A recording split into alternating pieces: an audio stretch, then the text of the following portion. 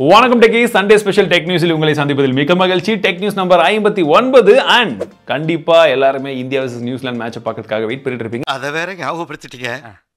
நெஞ்சமெல்லாம் பொண்ணா இருக்கு தம்பி. ஃபர்ஸ்ட் நியூஸ் என்னன்னு பாத்தீங்கன்னா, ஆப்பிள் பென்சில்ன்ற பேர்ல இந்த மாதிரி இருந்த ஒரு பென்சிலை எந்த மாதிரி லான்ச் பண்ணிக்கிறாங்க பாருங்க. இதுல எடுத்துட்டு போய் நீங்க டேப்லெட் மேல வச்சீங்கன்னா சார்ஜ் ஆக ஆரம்பிச்சிடும். ப்ரெஷர் சென்சிட்டிவிட்டி இருக்கு, இந்த டபுள் டேப் இருக்கு, எல்லா ஃபீச்சருமே இருக்குங்க. புதுசாக ஒரு பென்சில்னு லான்ச் பண்ணிக்கிறாங்க. டைப் சியில் சார்ஜ் பண்ணலாம் அப்படின்ற அந்த ஒரே விஷயத்துக்காக எந்த விஷயமும் இல்லையா அதில். டபுள் டேப் பண்ண முடியாது, ப்ரெஷர் சென்சிட்டிவிட்டி கிடையாது. எதுக்கு 8000 ரூபாய் ப்ரைஸிங்கில் வேறு இதை லான்ச் பண்ணி வச்சுக்கிறாங்க. தேவையில்லாத அணி ஒயர்லெஸ் சார்ஜிங்குமே கிடையாது. ஏய் எனக்கே விபத்து அடிக்கலாம் பார்த்தல நீ. அண்ட் Vivo X90 அப்படின்னு சொல்லக்கூடிய ஒரு ஃபிளாக்ஷிப் ஸ்மார்ட் ஃபோன் Vivo தரப்புல வந்தது இல்லையா. ஒரு 5 மாதத்துக்கு முன்னாடி 6 மாதத்துக்கு முன்னாடி நான் கவர் பண்ணியிருந்தேன். அதோட பிரைசிங் வந்து பார்த்தீங்கன்னா 10,000 ரூபாய் இறங்கிருக்கு. இதனால தான் நான் நிறைய டைம் வந்து சொல்கிறது. ஸோ நீங்கள் காஸ்ட்லியான ஒரு ஸ்மார்ட் ஃபோன் வாங்குறதா இருந்தீங்கன்னா, அது எந்த ஸ்மார்ட் ஃபோனாக இருந்தாலுமே சரி, ஒரு 4-5 மாதம் மினிமமாக வெயிட் பண்ணுங்கள். 6 மாதம் வெயிட் பண்ணிங்கன்னா கண்டிப்பாக ஒரு 10,000 ரூபாய் சேவ் பண்ணலாம். அண்ட் ஜனவரியில் பார்த்தீங்கன்னா அடுத்த X சீரிஸ் ஸ்மார்ட் ஃபோன் வரப்போதான், குளோபலாக லான்ச் பண்ண போகிறாங்களாம். அண்ட் இன்னொரு பெரிய விஷயம், 6 மாதம் வெயிட் பண்ணால் இன்னொரு புது மாடலே வந்துடுது. யாரை நம்புறேனே தெரியல. சிட்டி இப்படி பண்ணிட்டாங்க. ஆனால் இதில் முக்கியமான விஷயம் என்னன்னா, 64 மேப்ஸ்க்கான பெரிஸ்கோப் லென்ஸை வந்து இருக்க போகிறதா சொல்லியிருக்காங்க. நிறைய ஸ்மார்ட் ஃபோன்ஸில் கோயிங் ஃபார்வர்ட் இந்த பெரிஸ்கோப் லென்ஸ் 64 மேப்ஸ்க்கான பெரிஸ்கோப் லென்ஸை வந்து அதிகமாக வந்து ஃபார்வர்ட் பண்ணுவாங்க, புஷ் பண்ணுவாங்கன்றதை எதிர்பார்க்கலாம். வாட்ஸ்அப்லையுமே இப்போ பாஸ்கியை வந்து இன்ட்ரடியூஸ் பண்ணியிருக்காங்க. எஸ், நம்ம வந்து ரீசெண்டாக தான் கூகுள் இதை கொண்டு வந்திருந்தாங்க சொல்லியிருந்தோம். இப்போ வாட்ஸ்அப்லையுமே வந்திருக்கு. அண்ட் எல்லாருக்குமே ஒரே டைமில் ரோல் அவுட் ஆகல, கொஞ்சம் பேருக்கு ரோல் அவுட் ஆகிட்டு இருக்கு. இது வந்து உங்கள் பாஸ்வேர்டை வந்து கொஞ்சம் மாற்றி விட்டுட்டு, பாஸ்வேர்டே இல்லாமல் நீங்கள் வந்து ஃபிங்கர் பிரிண்ட் சென்சரோ இல்லை ஃபேஸ் அன்லாக்கோ வச்சு நீங்கள் டேரெக்டாக வந்து வாட்ஸ்அப்பில் வந்து லாகின் பண்ணிக்கலாம். நம்ம வந்து செகண்ட் 2 ஸ்டெப் வெரிஃபிகேஷன்லாம் பின்லாம் போட்டு வச்சிருப்போம் இல்லையா, அதற்கு பதிலாக நீங்கள் யூஸ் பண்ணிட்டு இருந்தீங்கன்னா எப்படி இருக்குன்றதை சொல்லுங்கள். அடியை பார்த்தது இல்லையா, என்ன அடிங்கிறத மட்டும் நீ இன்னைக்கு பாக்குற. யூடியூப்ல இந்த மாதிரி யாருக்கெல்லாம் வந்திருக்குன்னு சொல்லுங்க. ஏன்னா நிறைய பேருக்கு வந்து பார்த்தீங்கன்னா இப்போ எந்த ப்ரௌசர் யூஸ் பண்ணாலும், பிரேவா இருந்தாலும் சரி, ஃபயர்ஃபாக்ஸ் இருந்தாலும், குரோமா இருந்தாலுமே சரி, டெஸ்க்டாப்ல இந்த மாதிரி ஒரு ஸ்க்ரீன் வந்து வந்துருது. நீங்கள் யூடியூப்ல வந்து அட்வர்டைஸ்மெண்ட்டே பார்க்காமலாம் வீடியோ பார்க்க முடியாதுப்பா, வெறும் 3 வீடியோ வேணா ஓகே. அதுக்கு மேலே நீங்கள் ஆட் பிளாக்கர் வந்து ஆஃப் பண்ணி வச்சுட்டு அட்வர்டைஸ்மெண்ட் பாருங்க. அப்படி இல்லைன்னா கூகுள் ப்ரீமியம், அது யூடியூப் ப்ரீமியம் வாங்கிட்டு அதுக்கப்புறம் பாருங்க அப்படின்றது போல சொல்றாங்க.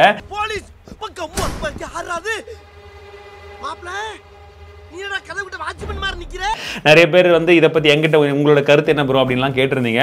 ஸோ எனக்கு என்னன்னு பார்த்தீங்கன்னா, ஒரு அட்வர்டைஸ்மெண்ட் இருந்த வரைக்கும் ஓகே. இன்பிட்வீனில் ஒரு லாங்கான வீடியோ, இன்ஃபர்மேஷன் அதிகமாக இருக்குது, எஃபோர்ட் அதிகமாக போட்டிருக்காங்கன்னு போது ஒரு 2-3 அட்வர்டைஸ்மெண்ட் ஓகே. தனித்தனியாக ஒரே டைமில் 2-3 அட்வர்டைஸ்மெண்ட்டை ஸ்டார்டிங்லேயே கொடுத்து நடுவுலையும் கொடுத்து அங்கங்கே வந்து கசன்னு நிறைய வரும்போது தான் யூஸருடைய எக்ஸ்பீரியன்ஸ் வந்து பாதிக்கப்படுது. I am totally against it. So மினிமமான ஒரு அட்வர்டைஸ்மெண்ட் 1-2 ஃப்ரீயாக கொடுக்கும்போது பிரச்சனையே கிடையாது. அப்படியும் இல்லையா, காஸ்ட்லியாக இருக்கக்கூடிய அந்த யூடியூப் ப்ரீமியமுடைய காஸ்ட்டை கம்மி பண்ணுங்கள். கம்மி பண்ணிவிட்டு ஒரு மினிமம் சார்ஜாக ஏதாச்சும் ஒன்று கொண்டு வந்து ஒரே ஒரு அட்வர்டைஸ்மெண்ட் நீங்கள் வீடியோ பாருங்கள் அப்படின்னா ஓரளவுக்கு ஓகேன்னு நான் நினைக்கிறேன். பட் உங்கள் கருத்துக்கள் என்னன்றதை நீங்கள் சொல்லுங்கள். ஏன்னா ஓடிடியிலேருந்து நம்ம நிறைய விஷயத்தில் பார்க்குறோம், கூகுளில் நமக்கு தேவையான ஏகப்பட்ட விஷயங்கள் இருக்குது, அதாவது யூடியூப்பில். ஸோ அதுக்கு ஒரு மினிமம் சார்ஜை கொடுத்து சிங்கிள் அட்வர்டைஸ்மெண்ட் இல்லை அட்வர்டைஸ்மெண்ட்டே இல்லாமல் ப்ரீமியமே பெஸ்ட்டுன்னு நினைக்கிறீங்களா? வேணா கம்யூனிட்டி செக்ஷனில் ஒரு போல் கொடுக்குறேன், ஆஃப்டர் லாங் டைம் ஓட் பண்ணுங்கள்.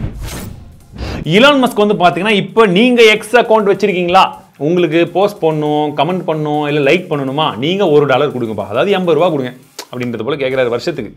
பரவாயில்லையே, நல்ல டீலாக இருக்கேன்னு ஒரு சில பேர் யோசிச்சு பார்த்தீங்கன்னா, ட்விட்டர் இது வரைக்கும் எத்தனை கோடி பேர் இருக்கிறாங்க. ஒரு வருஷத்துக்கு $1 வாங்கினா, $1 வாங்கினா கூட எவ்வளோ கோடி ஆச்சு? 40,000 பேர்கிட்ட $1 கேட்டா அதுக்கு பேர் பிச்சை. ஓகே, நல்ல பிளான் தான் இல்லையா? சரி, இது ஒரு பக்கம் இருக்கட்டும். இதற்கு காரணம் என்ன சொல்கிறான்னு பார்த்தீங்கன்னா, பாட்ஸ் அதிகமாகிடுச்சு, அதனால அந்த பாட்ஸை குறைக்கிறதுக்கு நாங்கள் வந்து இதை பண்ணலான் இருக்கோம் அப்படின்றது போல ஒரு லீக் வந்துருக்கு. அண்ட் இன்னொரு விஷயம் என்னென்னா, இது எல்லாருக்குமே கிடையாது. யாரெல்லாம் இந்த 3 விஷயம் பண்ணோம், போஸ்ட்டு, ரீட்வீட்டு, கமெண்ட் இதெல்லாம் இல்லை பண்ணணும்னு நினைக்கிறீங்களோ அவங்களுக்கு மட்டும் தான். மற்றபடி நார்மலாக நீங்கள் லைக் பண்ணலாம், நார்மலான விஷயங்கள் அக்கௌண்ட்டுன்னு வச்சுக்கலாம், அவ்வளோதான். ஆனால் எது பண்ணணுன்னாலும் போடணும். Xiaomi MIUI அப்படின்ற அந்த பேரை அப்படியே வந்து ஸ்டாப் பண்ணிட்டு, கில் பண்ணிட்டு, இதற்கு பதிலாக இனிமேட்டு Hyper OS அப்படின்ற பேரில் ஒரு OSயே வந்து கொண்டு வர போகிறதா வந்து சொல்லிட்டு இருக்காங்க. இதனால நிறைய பேர் வந்து ரெட்மி யூசர்ஸ்லாம் பயந்துட வேண்டாம், நமக்கு இங்கே அப்டேட்டே வரல. சரி, இந்த MIUIக்கு வர்ற வரைக்கும் அப்டேட் வந்துருச்சுன்னா அதுக்கப்புறமா இந்தியாவில் இந்த Hyper OSயை கொண்டு வருவாங்களான்றதை பொறுத்து இருந்து வந்து பார்க்கணும். ஏன்னா இது ஒரு டெடிகேட்டட் ஸ்டாண்ட் அலோன் OSஆ வந்து அவங்க லான்ச் பண்ணுறதுக்கு இருக்காங்க. சைனாவில் கம்பல்சரி வந்துடும், பட் இந்தியாவில் வரும்போது என்ன பண்ண போகிறாங்கன்றது தான் let's wait and watch. APAAR கார்டை வந்து ஸ்டூடெண்ட்ஸ்க்கு கொடுக்க போகிறதா சொல்லிட்டு இருக்காங்க. என்ன அது என்னப்பா APAAR கார்டுன்னு கேட்டிங்கன்னா, ஆதார் கார்டு மாதிரி APAAR கார்டு அப்படின்னு சொல்கிறது automated permanent academic account registry அப்படின்ற பேரில் ஒரு ஐடி கார்டை வந்து ஒவ்வொரு ஸ்டூடெண்ட்டுக்குமே கொடுத்துட்டாக்க அவங்க ஸ்கூல் போகிற டைம்லேருந்து எல்கேஜியாக இருக்கட்டும் யூகேஜியாக இருக்கட்டும் அந்த டைம்லேருந்து ஒவ்வொரு ஸ்டூடெண்ட்டுக்குமே எப்படி ஆதார் கார்டு வந்து ஒரே நம்பர் இருக்குமோ அதே போல் இதுவும் ஒரே நம்பராக வந்துடும். அவங்களுடைய ஃபுல் அகாடமிக் கேரியர் நீங்கள் வந்து யூஜி பிஜி எவ்வளோ படிக்கிறீங்களோ அது வரைக்கும் இந்த ஒரு நம்பரை வச்சாலே போதும்.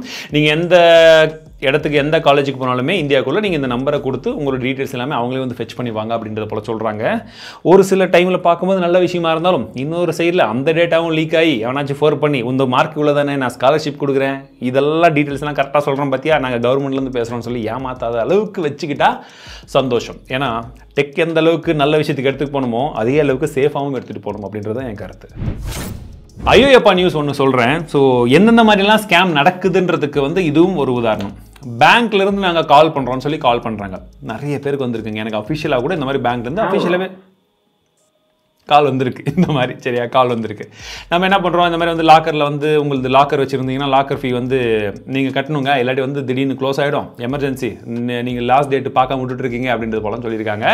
அந்த பர்சனும் என்ன பண்ணியிருக்காங்க அப்படியா எந்த பேங்க்கு என் அக்கௌண்ட் நம்பர் என்ன அப்படின்ற போல் டீட்டெயில்ஸ் எல்லாம் கேட்டிருக்காரு.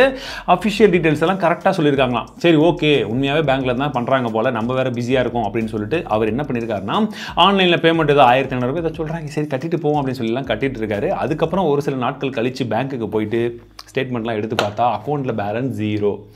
என்னடா ஆச்சுன்னு சொல்லிட்டு என்கொயரி பண்ணி பார்த்தா தான் தெரியுது அக்கௌண்ட்டில் இருந்து பணத்தை எடுத்துகிட்டு இருக்காங்க. ஒரு நெட் பேங்கிங்கில் போய் கட்டினார் பார்த்தீங்களா அந்த டைம்லேயே அதெல்லாம் வச்சு அக்கௌண்ட்லேருந்து மொத்தமாக பணத்தை வந்து உருவிட்டு இருக்காங்க. ஆனால் அவர் என்ன சொல்கிறாருன்னா எல்லாம் சரிங்க நான் தப்பு பண்ணதாவே இருக்கட்டும் எனக்கு எஸ்எம்எஸ் வந்திருக்கணும்ல அக்கௌண்ட்லேருந்து காசு போச்சுன்னு அந்த எஸ்எம்எஸ் கூட வரல ஓடிபி வரல இதெல்லாம் எப்படி சாத்தியம் அப்படின்றது போல் சொல்கிறாங்க. எனக்கு என்னமோ பேங்க்குள்ளே இருந்தே அவனும் ஒருத்தன் சதி பண்ணுறான் தான் நினைக்கிறேன். பட் நீங்கள் என்ன நினைக்கிறீங்க? பட் இருந்தாலுமே சொல்கிறேன் இது ஃபன் அபார்ட். முக்கியமான விஷயம் என்னென்னா யார் எந்த டைமில் ஃபோன் பண்ணி உங்ககிட்ட net banking password account details எதை சொல்லி எந்த விஷயத்தை கேட்டாலுமே பின்னு உங்களுடைய ATM card number debit card நம்பரா கிரெடிட் கார்டு நம்பரா பின்னாடி இருக்கக்கூடிய சிவிவி நம்பரா பின்னா எது கேட்டாலுமே திரும்ப ரிப்பீட்டேஷன் பண்ணுறேன்ல பட் அதுதான் இங்கே நடக்குது. ரிப்பீட் பண்ணி இந்த விஷயத்தை நான் சொல்லிக்கிட்டே இருக்கேன். எல்லா டெக்னிக்ஸ்லையும் சொல்கிறேன். தனியாக வீடியோ போட்டு கூட சொல்லியிருக்கேன். உஷாருங்க ஏமாறாதீங்க. நீங்கள் ஜாக்கிரதையாக இருந்தாலும் உங்கள் சுற்றி இருக்கக்கூடிய உங்கள் family members friends and family மெம்பர்ஸ்க்கு இந்த விஷயத்தை வந்து தெரியப்படுத்துங்க. தயவு செஞ்சு யாருமே அஃபிஷியலி அன்அஃபிஷியலி எங்கேயுமே எதையுமே ஷேர் பண்ண வேணாம்னு சொல்லுங்கள். டவுட் இருந்தால் நேராக பேங்க்குக்கு போய்ட்டு சொல்லுங்கள். ஃபோன் பண்ணியெல்லாம் கேட்க வேணாம் நேராக பேங்க்குக்கு போயிடணும்.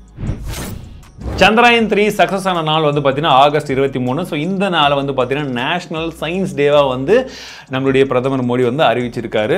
நல்ல விஷயம். சந்திராயன் 3ல வந்து பார்த்தீங்கன்னா இன்னுமே அந்த டார்க் சைடில் எல்லாம் குளிர் போயிடுச்சு இல்லையா. ஸோ திரும்ப அதை டேர்ன் ஆன் பண்ணுறதுக்கு ட்ரை பண்ணிட்டு இருக்காங்களாம். ஒரு வேளை ஆகாத பட்சத்தில் நிலாவில் இந்தியாவுடைய கால் தடம் சந்திராயன் 3 வாயிலாக இருக்கும் அங்கே எப்போதும். OnePlus Open ஸ்மார்ட் ஃபோனை இப்போ அஃபிஷியலி OnePlus வந்து லான்ச் பண்ணியிருக்காங்க. 1,40,40,000 ரூபாய்க்கு. அடே எங்கள் அப்பா அப்படின்னு சொல்லி ப்ரைஸை பற்றி யோசிக்கிறதுக்கு முன்பாக அதில் இருக்கக்கூடிய டெக் அப்படின்னு வந்து பார்த்தீங்கன்னா ஃபோல்டிங் ஸ்மார்ட் ஃபோனில் கண்டிப்பாக ஒரு க்ரீஸே இல்லாத அளவுக்கான ஒரு ஃபோல்டாக வந்து அவங்க லான்ச் பண்ணியிருந்தாங்க. பட் யூஸ் பண்ண அதுவும் வந்து மறைஞ்சு போச்சு. இதில் இன்னொரு காமெடி என்னென்னா ஓப்போ ஃபைண்ட் N3ன்ற பேரில் அங்கே என்ன லான்ச் பண்ணுறாங்களோ குளோபலாக அதையே தான் இங்கே OnePlusன்ற பேரில் இவங்க லான்ச் பண்ணியிருந்தாங்க. ஸோ கிட்டத்தட்ட ரெண்டுமே ஒரே ஸ்மார்ட் ஃபோன் தான். ஓஎஸ் மட்டும் தான் மாற்றி லான்ச் பண்ணியிருக்காங்க. மற்றபடி இந்த ஃபோனை பார்த்தீங்கன்னா ஃபுல் வீடியோ கேமரா வேற லெவல் இருந்துச்சுங்க. இது வரைக்கும் டெஸ்ட் பண்ண ஃபோல்டிங் ஸ்மார்ட் ஃபோன்லேயே இதில் தான் உண்மையாகவே வாவ் சூப்பரான ஒரு கேமரா அப்படின்றது போலையும் இருந்துச்சு. அண்ட் ஃபோனும் வந்து பார்த்தீங்கன்னா கிட்டத்தட்ட ஒரு நார்மல் ஃபோனுக்கு ஈக்குவலாகவே இருந்துச்சு. வீடியோ போட்டிருக்கேன் ஃபுல் வீடியோ உங்களுக்காக தான். செக் பண்ணி பாருங்கள். அந்த மாதிரி டைம் எடுத்து டெஸ்ட் பண்ணி போட்ட வீடியோக்கு நீங்கள்லாம் சப்போர்ட் பண்ணிங்கன்னா தான் இன்னும் நிறைய பண்ணுறதுக்கான வரும். So please. ஆப்பிள் இப்போ என்ன சொல்கிறாங்கன்னு பார்த்தீங்கன்னா எப்போ இந்த அப்டேட்லாம் வந்து மக்கள் சரியாக பண்ணுறதில்ல அதனால் வாங்குறதுக்கு முன்னாடி அந்த ஃபோன் அப்டேட் பண்ணி தரோம் அப்படின்னு சொல்கிறாங்க. கரெக்ட் தானே ப்ரோ அவங்க அப்டேட் பண்ணி தருவாங்க அப்படின்னு சொன்னீங்கன்னா அதுதான் விஷயம். என்ன இதில் விஷயம்னு பார்த்தீங்கன்னா ஃபோன் கம்பெனிலேருந்து வரும்போதே அப்டேட் பண்ணி வந்ததுன்னா பிரச்சனை இல்லை. வாங்கிறதுக்கு முன்னாடி கடையில் இருக்கும் பாருங்கள் பாக்ஸில் சீல்டு பேக்கில் அந்த டைமில் ஆன் பண்ணி அப்டேட் பண்ணி திரும்ப ஆஃப் ஆகிற மாதிரி ஒரு டெக்னாலஜி பாக்ஸை பிரிக்காமல் வேறு லெவலில் இருக்குதுல்ல. சீல்டு பேக்குக்குள்ளேயே ஃபோனை அழகாக அப்டேட் பண்ணக்கூடிய ஒரு விஷயத்தை வந்து நாங்கள் பண்ண போகிறோம். இதுக்காக ஏதோ டிவைஸ் எல்லாம் வந்து கொண்டு வர போகிறாங்களா இந்த இயர் ரெண்டுக்குள்ளே. அவங்களுடைய அஃபிஷியல் பார்ட்னர்ஸ்லாம் இருக்காங்கல்ல அவங்கக்கிட்ட எல்லாம் கொடுத்து ஆப்பிள் ஸ்டோர்லாம் இதை பண்ண போகிறதா வந்து சொல்லியிருக்காங்க. எப்படி பண்ண போகிறாங்கன்னு தெரியல. அண்ட் எந்தெந்த டிவைசஸ்க்குன்னு தெரியல. இது ஆப்பிள் ஐஃபோன்ஸ்க்கா இல்லை ஐபேட்ஸ்க்கா அப்படின்றது இன்னும் தெளிவாக சொல்லலை. பட் பூட்டின வீட்டுக்குள்ளே எப்படா லைட் எரியும், அதாவது ஆளே இல்லாத வீட்டில் எப்படா லைட் எரியுன்ற மாதிரி இவங்க என்ன பண்ணுறாங்கடே புரியலையே. அண்ட் கிரிக்கெட் ஃபேன்ஸுக்கு இன்னொரு விஷயம் என்னென்னு பார்த்தீங்கன்னா, அடுத்த ஒலிம்பிக் 2028 கிரிக்கெட்டும் வந்து ஒரு பார்ட்டாக வந்து இருக்குது. ஃபர்ஸ்ட் டைம் வந்து நினச்சிருக்காங்க. அண்ட் இது வந்து T20 ஃபார்மேட்டில் இருக்குது. பரவாயில்ல, something is better then nothing அப்படின்ற மாதிரி தான். அதுக்கான விஷயங்கள்லாம் பேசும்போது விராட் கோலி தான் உலகத்திலே 3வது மிகப்பெரிய ரசிகர் பட்டாளம் இருக்கக்கூடிய, ஃபாலோவிங் இருக்கக்கூடிய ஒரு ஸ்போர்ட்ஸ் ஸ்டார். ஸோ அவருக்காகவே இந்த விஷயத்தை செய்த மாதிரி அப்படின்றத போலையும் வந்து பேசிகிட்டு இருந்தாங்க.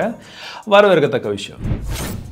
அக்டோபர் 24ஆம் தேதி குவால்காம் உடைய அடுத்த ஒரு லான்ச் வந்து வச்சிருக்காங்க. அஃப்கோர்ஸ் Snapdragon 8 Gen 3 வந்து லான்ச் பண்ண போறாங்க. ஸோ இது கரெக்டான டைமிங் அவங்களுக்கு. ஏன்னா 10 G3 இந்த இடத்துல எரிஞ்சிட்டு இருக்கு. இந்த சைடில் பார்த்தீங்கன்னா ஆப்பிளில் 15 சீரிஸ் அது வேற ரகமாக வந்து போய்கிட்டு இருக்கு. ஸோ ஒரு கரெக்டான டைமில் Snapdragon 8 Gen 3 கரெக்டாக எஃபிஷியண்டாக ஹீட்டிங் இஷ்யூ இல்லாமல் லான்ச் பண்ணணும்னு வச்சுக்கோங்களேன், கரெக்டாக இருக்கும். அண்ட் லீக்ஸை பொறுத்த வரைக்கும் நிறைய பேர் இந்த சிப் அப்படி தான் இருக்குன்றதை போல சொல்கிறாங்க.